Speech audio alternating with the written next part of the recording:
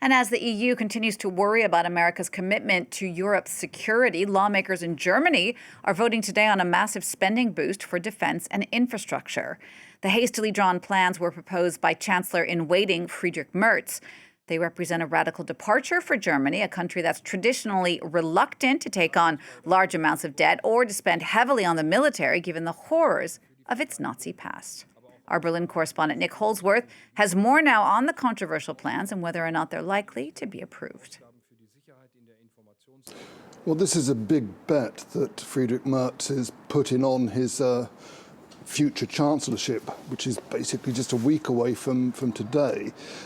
What he wants to do is he wants to lift the constitutional brake on debt. Now, this is enshrined in Germany's constitution that the government can't borrow more than a certain percentage. I think it's about 0.35% of overall GDP in each year. He wants to raise that to 1%, particularly for infrastructure and military projects. And basically, he wants to raise about €1 trillion in funding, 500 billion of which would be for infrastructure projects. He ran into some problems with the Greens, who insisted that this be tied to economic reform measures and to climate measures to combat the climate crisis. Eventually, that was agreed in a nail-biting session of talks last Friday, and he brings this proposal to Parliament today to vote on, in which he needs a two-thirds majority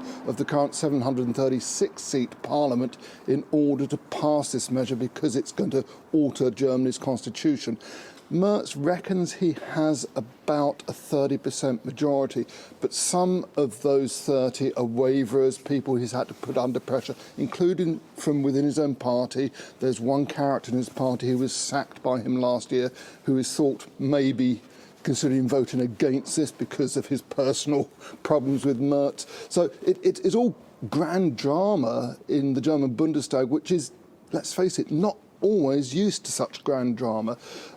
There's also this issue of the far-right AfD and the far-left Die Linke, who were trying to get this stalled by the courts. They've failed in that.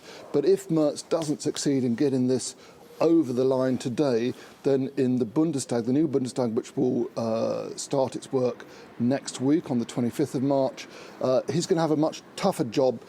A, because it's going to be a smaller Bundestag, 630 seats after electoral reforms, and B, because of the size of those far-left and far-right parties who would have enough to block any constitutional vote. So it's high stakes today, and Merz is putting everything on the line with these measures.